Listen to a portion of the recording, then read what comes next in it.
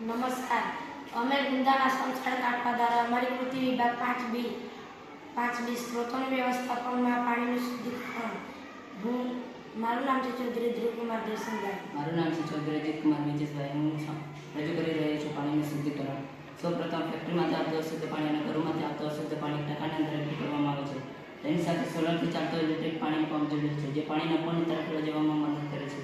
ત્યાં કાતરાથી ભરેલ ટાંકાની અંદર ઠાલવવામાં આવે છે. ત્યાં મોટી અશુદ્ધિઓ ગળાઈ જાય છે અને નીચેના ટાંકાની અંદર ઠાલવવામાં આવે છે, જેમાં સારકોલ ભરેલ છે.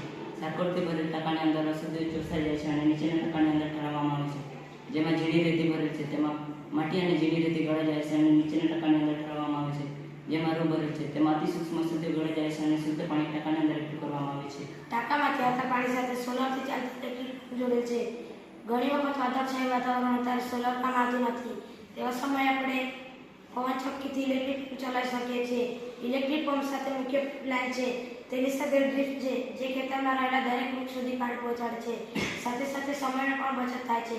આ પદ્ધતિ મુખ્યત્વે જે વિસ્તારમાં પાણીનું પ્રમાણ ખૂબ ઓછું એ વિસ્તારમાં પદ્ધતિનો ખાસ ઉપયોગ થાય છે. અહીં બાજુમાં જીવામૃત બનાવેલ છે. જીવામૃત માટે ગબર ગેસનો સમાવેશ થાય છે. ગબર ગેસમાં ગાયનું છાણ, ગાયનું ગૌમૂત્ર, ચણાનો લોટ, ગોળ અને માટી નાખવામાં આવે છે. તેમાંથી ઉત્પન્ન થતો ગેસ આપણે રસોઈ બનાવવા માટે ઉપયોગ કરી શકાય છે. અને ગબર ગેસમાંથી નીકળતો પ્રવાહી, જેને આપણે જીવામૃત કહીએ છીએ, તે ખેતરના પાક તરીકે સીધો જ ઉપયોગ કરી શકાય છે. Thank you.